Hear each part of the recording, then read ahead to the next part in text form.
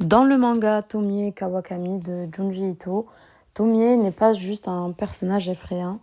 Psychologiquement, il ressemble plus à un déclencheur, quelque chose qui fait ressortir ce qu'il y a de pire chez les gens.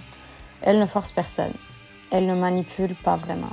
Et pourtant, tout le monde autour d'elle finit par devenir obsédé, jaloux et parfois violent. Ça montre déjà une chose importante. Le vrai problème ne vient pas d'elle, mais de ce qu'elle provoque chez les autres, par sa beauté. Les gens projettent tout sur elle. Le premier truc à comprendre ici, c'est que personne ne voit vraiment Tomie comme elle est.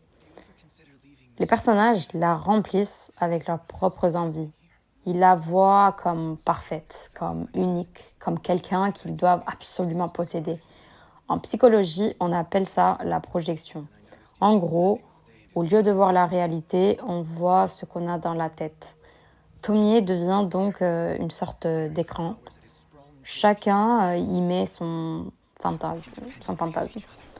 Au début, ça ressemble à de l'attirance, mais très vite, ça devient malsain.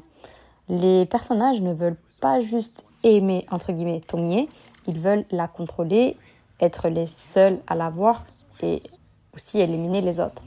Et là, on n'est plus dans l'amour, on est dans la dépendance et la possession. Le problème, c'est que plus ils essayent de la garder, plus ils perdent le contrôle d'eux-mêmes. Beaucoup de personnages essayent de régler le problème de Tomie, la tuer, la cacher et la garder pour eux. Mais ça ne fonctionne jamais. Psychologiquement, ça montre quelque chose de simple. Ils ne cherchent pas vraiment à contrôler elle, mais leur propre peur de la perdre. Et comme ce genre de désir est impossible à maîtriser, ça finit toujours en tension, puis en violence. Même quand elle est détruite, Tomie revient. Ça peut se voir comme une idée simple. Ce qu'on essaye de supprimer complètement dans notre tête ne disparaît pas vraiment, comme les envies, les obsessions, la jalousie. Si on ne les comprend pas, elles reviennent autrement. Donc, Tomie représente ça, quelque chose qu'on ne peut pas effacer juste en la refusant. Un autre point important, c'est que Tomie existe surtout parce qu'on la regarde. Sans attention, elle n'a presque pas d'existence. Ça ressemble un peu à un truc à notre monde actuel. Aujourd'hui aussi, beaucoup de choses existent seulement si elles sont vues, aimées et partagées. Mais chez Tomie, ça devient extrême. Elle dépend complètement du regard des autres.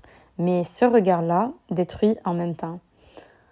Au final, Tomie n'est pas vraiment un monstre extérieur. Elle sert surtout à montrer quelque chose de simple mais dérangeant. Quand le désir devient trop fort, quand il veut posséder au lieu d'aimer, il finit par détruire les gens. Et ce qui est le plus intéressant ici, c'est que Tomie ne fait presque rien. C'est juste les gens face à leurs propres obsessions qui se détruisent eux-mêmes autour d'elle. Merci beaucoup et à bientôt. Bye bye.